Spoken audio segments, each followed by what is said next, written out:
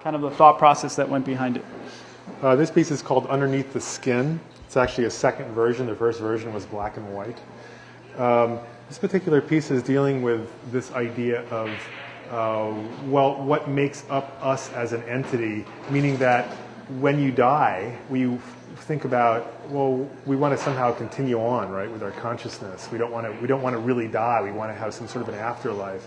But I started to think about, well, what is tied to our body? The fact that I'm male or female, or tall or short, or hungry or cold, or have likes or dislikes and memories, all that's tied to the body. So I began to wonder, well, what exactly is left when the body is gone that I'm so worried about preserving? And I just been thinking about that a lot, and that's kind of what's going on in her head right here, as she talks about what's underneath her skin. And of course, she has a digital skin, and maybe it's easier for us to think about the separation between skin and underneath when we digitize this operation. So as you've mentioned in a couple other interviews and in your statement, your artwork is about kind of the digital experience and the mediation of reality with screens.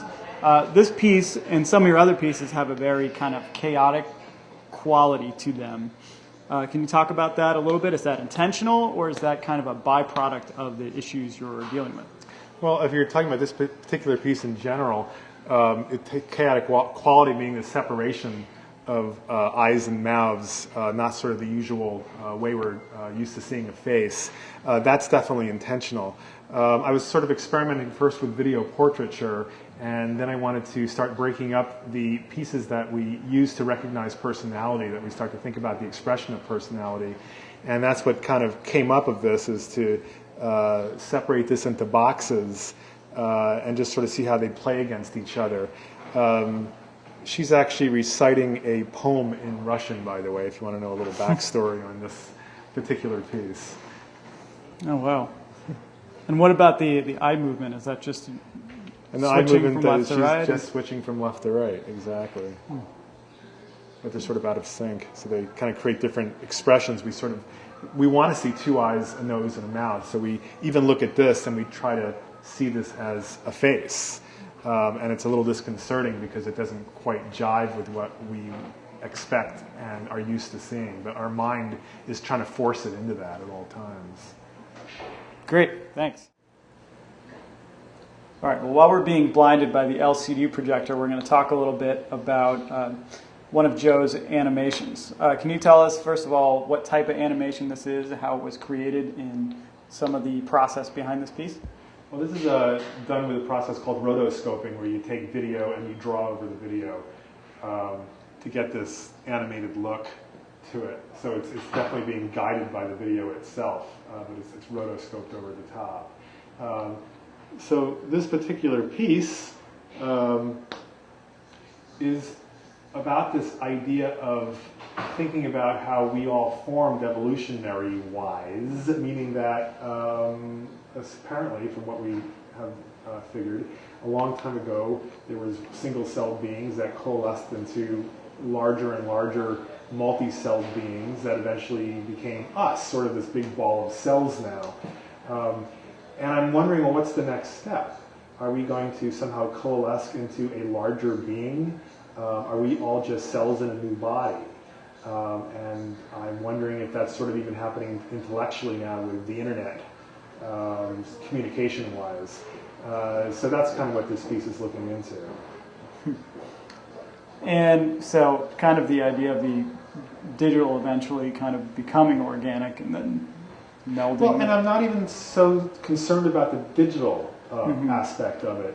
I'm really wondering just really what is our next evolutionary step if we got this far from single-celled beings. Okay, and just we'll do a couple questions just about the rotoscoping in general. Is this hand-drawn on top of film, or meaning not necessarily drawn by hand, but is there an automated process that draws on top of film, or is it all done one frame at a time? It's one frame at a time, but it's aided by computer. So Joe, in many of your pieces, you juxtapose a digital screen within an object that does not have one such as a drawer. This one is interesting because it's an antique camera. Yeah, and so it's becoming digital and analog at the same time. And then the animation also combines the idea of modern and not ancient, but antique. And so, can you talk about that a little bit? Well, so as far as just visually, I'm definitely interested in the whole steampunk aesthetic, this sort of alternative future or maybe alternative past. This particular piece is. There's a number of things working here. I mean, one is it's about this boy. I don't know if you can see this in the screen here. This boy, his name is Casual Boy, and he can be found inside of a 3D program called Poser. Actually, a number of iterations ago, maybe Poser circa 2002. They have much better 3D models now. But so the idea is that the narrative here is that this boy, this 3D model, this skin, becomes sentient, and he starts becoming dissatisfied with who he is, the fact that he's just a hollow shell. And so he goes back through time via the internet, via pictures on the internet, images, trying to find a time when this kind of technology didn't exist.